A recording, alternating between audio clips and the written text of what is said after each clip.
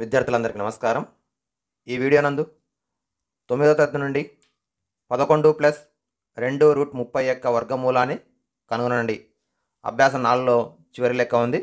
11 plus 2 root 30 యొక్క వర్గమూలాన్ని కనుగొనండి. మరి ఇందులో మనం గమనించాల్సింది రూట్లో ఉన్నటువంటి సంఖ్య ఎంత ఉంది? 30 ఉంది. 30ను రెండు సంఖ్యల లబ్దంగా రాయాలి. 1 ఇంటూ 30 రాయొచ్చు, 2 ఇంటూ 15 రాయొచ్చు, 3 ఇంటూ 10 రాయొచ్చు. అలాగే నెక్స్ట్ది 4 ఇంటూ 4తో వస్తుందా? రాదు కదా. సో 5 ఇంటూ 6 రాయొచ్చు. ఓకేనా. ఇప్పుడు ఇందులోపల ఏ రెండు సంఖ్యలను కూడితే 11 వస్తుందో చూడాలి. ఏ రెండు సంఖ్యలను కూడితే వస్తుంది? 5 ప్లస్ 6 కూడితే 11 వస్తుంది. కాబట్టి ముందుగా ఇచ్చినటువంటి సంఖ్య 11 plus 2 root 30.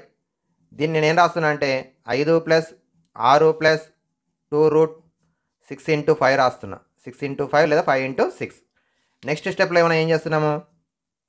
5ను route 5 whole square రాస్తున్నా. 6ను రూట్ 6 హోల్ స్క్వేర్ రాస్తున్నా. నెక్స్ట్ స్టెప్ లోపల అలాగే ఇక్కడ రూట్ 6 ఇంటూ రూట్ 5 రాస్తున్నాం. ఇప్పుడు ఇది ఏమవుతుంది? A square plus b square plus 2ab ఫామ్లో ఉంది. అంటే a plus b whole square రాయొచ్చు. Root 5 plus root 6 whole square అని రాయొచ్చు.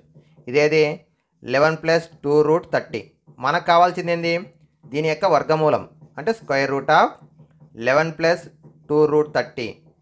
ఇప్పుడు ఈ ప్లేస్లో ఇది రాయొచ్చు కాబట్టి square root of root 5 plus root 6 whole square అని రాయొచ్చు. సో స్క్వేర్ రూట్ క్యాన్సిల్ అయితే మనకు ఆన్సర్ ఎంత వస్తుంది? Root 5 plus root 6. Root 5 plus root 6. ఇది ఈ క్వశ్చన్కి ఆన్సర్ అవుతుంది.